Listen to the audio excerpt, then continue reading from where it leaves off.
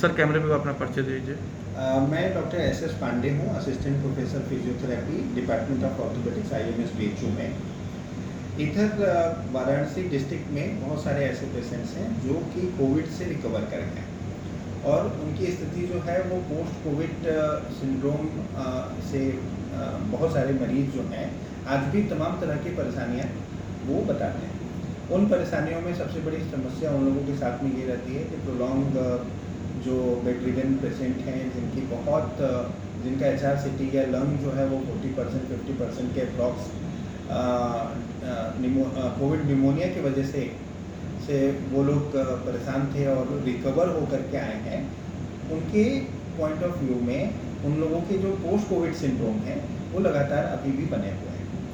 सबसे बड़ी जो समस्या उन मरीजों में देखने को मिलती है वो ये होती है कि पेशेंट जो है वो कंफर्टेबल फील नहीं करता है, उसको घबराहट होती है, बेचैनी होती है, उसको काम करने की इच्छा नहीं करती है, साथ में खाने पीने और डाइजेशन की भी प्रॉब्लम होती है और जॉइंट्स में पेन, मसल्स में पेन, साथ में कुछ ब्रीदिंग डिफ़िकल्टीज और उनका जो SpO2 लेवल है वो भी 100% ना होकर के 90, 95%, 96% तक ही रहता है।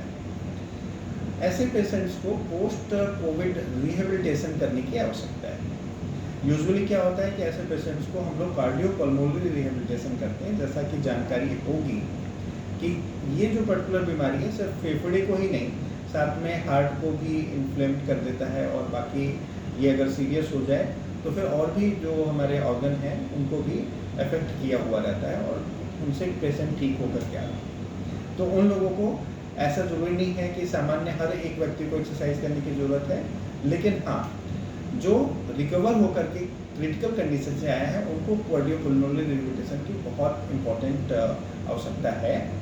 यूजुअली इन पेशेंट्स को हम उनके जो फेफड़े हैं उनको स्टेप बाय स्टेप कैसे स्ट्रेंथन करें उस पर वर्कआउट कराने के लिए कहते हैं और साथ में कार्डियो एंड्योरेंस एक्सरसाइज पे वर्क करने के लिए कहते हैं।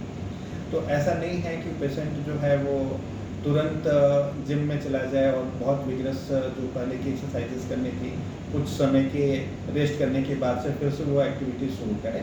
मैं इसको टोटली गलत मानता हूँ।